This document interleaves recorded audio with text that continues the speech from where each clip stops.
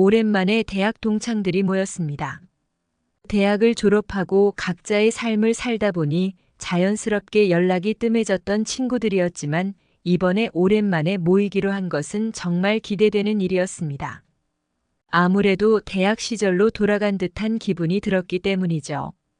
회식 장소로는 한강 근처의 유명한 고깃집에서 만나기로 했습니다. 한참 웃고 떠들며 회포를 풀고 나니 자연스레 2차로 가자는 이야기가 나왔습니다. 야, 우리 나이트클럽 한번 가볼래? 한 친구가 농담 반, 진담 반으로 이야기를 꺼냈습니다. 대부분 결혼도 했고 애도 있는 친구들이 많다 보니 다들 망설였지만 대학 시절로 돌아간 듯한 기분에 끌린 건 모두 마찬가지였습니다. 대부분 결국 우리는 우르르 나이트클럽으로 향했습니다. 문을 열고 들어서는 순간 쏟아지는 음악과 불빛, 그리고 시끌벅적한 사람들의 소리가 몸을 감쌌습니다. 조금 어색했지만 분위기에 금방 적응했습니다. 나이트클럽 안에서 친구들과 술을 마시고 춤을 추며 시간을 보내고 있었습니다. 그런데 그때 문득 한 여성이 눈에 들어왔습니다. 그런데 그녀는 눈부시게 아름다웠습니다. 긴 생머리에 단정하면서도 매력적인 외모, 그리고 남다른 분위기를 풍기는 그녀는 어디선가 쉽게 찾아볼 수 없는 사람이었습니다. 저는 순간 가슴이 두근거리기 시작했습니다.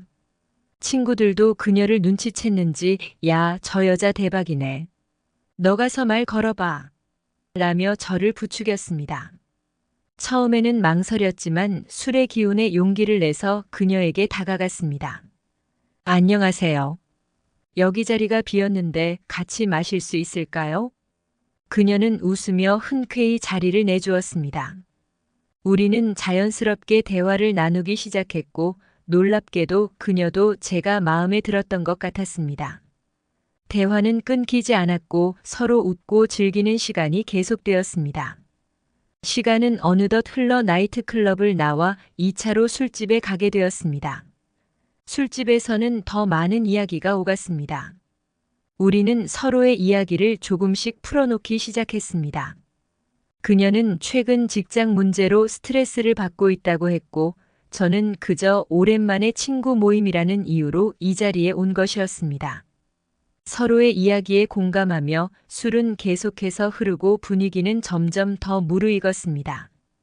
그리고 그날 밤 우리는 함께 있었습니다. 그리고 호텔 방으로 들어가면서도 이 상황이 믿기지 않았습니다. 순간적으로 생긴 감정이었고 무언가에 휩쓸린 듯한 기분이었습니다. 그날 밤은 뜨겁고 동시에 낯선 감정이 밀려왔습니다. 다음 날 아침 우리는 서로 자연스럽게 인사를 나누며 연락처를 주고받았습니다. 그녀의 이름은 지영 가명이었고 몇 번 더 만나고 싶다는 이야기도 했습니다. 그날 이후 한동안 우리는 가끔씩 연락하며 데이트를 이어갔습니다. 하지만 한 달이 지나면서 자연스레 연락이 뜸해졌고 결국 더 이상 연락이 오지 않게 되었습니다. 저도 바쁜 일상에 쫓겨 그녀와의 만남을 잊어가고 있었습니다. 시간은 흘렀습니다. 시간은 어느 날 사촌 형이 결혼 소식을 전했습니다. 형은 제게 항상 친형처럼 챙겨주었던 사람이었기에 그의 결혼 소식은 매우 기쁜 소식이었습니다. 야, 나 결혼한다. 청첩장 줘야지 우리 술 한잔 할래?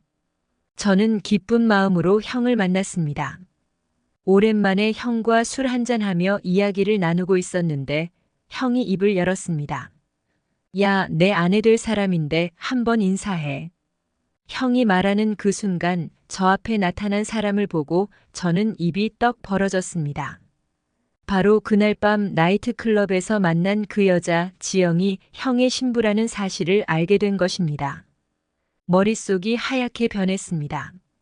시간이 멈춘 듯 느껴졌고 눈앞에 있는 이 상황을 어떻게 받아들여야 할지 몰랐습니다. 그날 밤 함께 했던 기억들이 떠오르며 복잡한 감정이 밀려왔습니다. 집으로 돌아오는 길에 저는 수많은 생각을 하며 망설였습니다. 과연 이 사실을 형에게 말하는 게 맞을까? 과거의 일로 형과 그의 약혼자를 갈라놓는 건 옳지 않을 수도 있겠다는 생각이 들었습니다. 그러나 그날 밤의 기억이 떠오를 때마다 불편함과 죄책감이 다시금 밀려왔습니다. 더 이상 묻어둘 수 없다는 결론에 이르렀습니다. 결국 저는 결심했습니다. 진실을 말하기로. 다만 이 고백이 가져올 파장에 대한 걱정은 여전히 마음 한구석에 남아 있었습니다. 며칠 뒤 형을 다시 만났습니다. 자리에 앉자마자 저는 떨리는 목소리로 고백했습니다.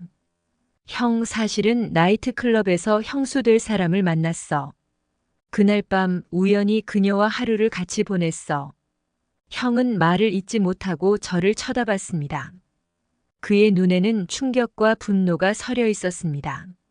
한동안 침묵이 이어졌고 형은 믿을 수 없다는 듯이 고개를 저었습니다. 너 지금 무슨 소리 하는 거야? 장난치는 거 아니지? 형의 목소리는 떨리고 있었습니다. 진심이야. 내가 일부러 이런 얘기할 이유가 없어. 저는 간절한 마음으로 말했지만 형은 저를 믿지 않으려 했습니다. 형은 크게 한숨을 내쉬더니 말을 이어갔습니다.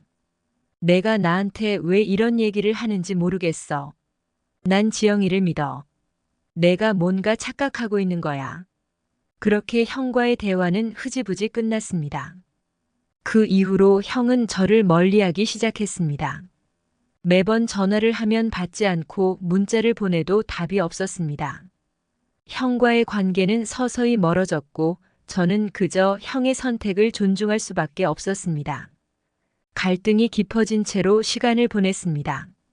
형과의 거리가 멀어지면서도 저는 그들이 결혼 준비를 무사히 해나가기를 바랐습니다. 하지만 마음 한구석에서는 걱정이 커져만 갔습니다.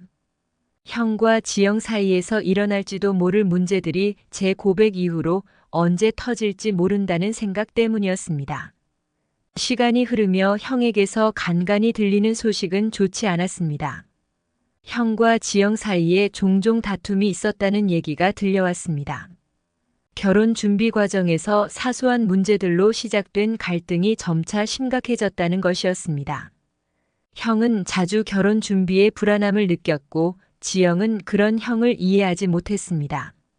어느 날 형과 지영이 다툰 후 지영이 집을 나갔다는 이야기를 들었습니다. 결혼을 앞둔 중요한 시점에서 두 사람의 갈등은 점점 고조되어 가고 있었습니다. 결국 결혼식 하루 전 형에게서 갑작스럽게 전화가 왔습니다. 저는 무슨 일인가 싶어 전화를 받았고 형은 잠시 침묵하더니 떨리는 목소리로 말했습니다. 미안하다. 내 말이 맞았어. 나 그때 너 말을 믿지 못했잖아. 사실은 알아보니까 지영이 나이트클럽을 자주 다니고 있었어. 게다가 바람도 피우고 있더라고. 그 말을 듣는 순간 머릿속이 복잡해졌습니다. 형의 목소리는 무겁고 후회에 가득 차 있었습니다. 저는 말없이 형의 이야기를 들으며 혼란스러운 감정에 휩싸였습니다. 그동안 갈등하며 힘들어하던 형의 모습이 떠올랐습니다. 진실을 밝히기 위해 어렵게 형에게 말했던 그 순간이 다시금 떠오르며 형이 겪었을 충격과 고통이 고스란히 느껴졌습니다. 형은 한참을 말을 잇지 못하다가 다시 이어갔습니다. 내가 내 말을 믿었어야 했는데 그때는 그냥 내가 뭔가 착각한 줄 알았어. 지영이를 너무 믿었던 것 같아. 근데 결국 진실이 밝혀졌어. 지영이 그동안 다른 남자랑도 만났더라. 그걸 알고 나니 너무 미안하고 화가 나더라. 내가 나한테 진실을 말해줬는데도 내가 내 말을 무시했잖아. 형의 목소리에는 진심 어린 후회와 죄책감이 담겨 있었습니다. 저는 한숨을 쉬며 답했습니다. 형, 괜찮아. 난 형이 그때 날 믿지 못한 걸 이해해. 사랑하는 사람에 대한 믿음이 컸으니까 그랬던 거잖아. 형이 그렇게까지 힘들 줄 몰랐어. 그런데 이제라도 알게 됐으니 다행이야. 형은 고개를 숙인 채로 한동안 아무 말도 하지 않았습니다. 저는 형이 그동안 겪었을 고통을 생각하며 마음이 아팠습니다. 그때 형이 말을 이었습니다. 결혼은 당연히 취소했어. 결혼식 하루 전이라 많은 사람들이 알아서 말하기도 힘들고 너무 혼란스럽다. 그래도 이렇게 내가 나한테 말해준 덕분에 난 더 큰 불행을 막을 수 있었어. 정말 고맙고 미안하다. 그 말을 듣는 순간 마음 한켠이 풀리는 듯 했습니다. 사촌 형이 저를 오해하고 거리를 두면서도 결국 진실을 알아내고 저에게 사과하는 그 목소리는 진심이었습니다. 형의 선택을 존중하고 그가 후회하지 않도록 도와줄 수 있었던 것이 다행이었습니다. 형은 결혼식을 하루 앞두고 결혼을 취소하며 모든 것을 정리했습니다.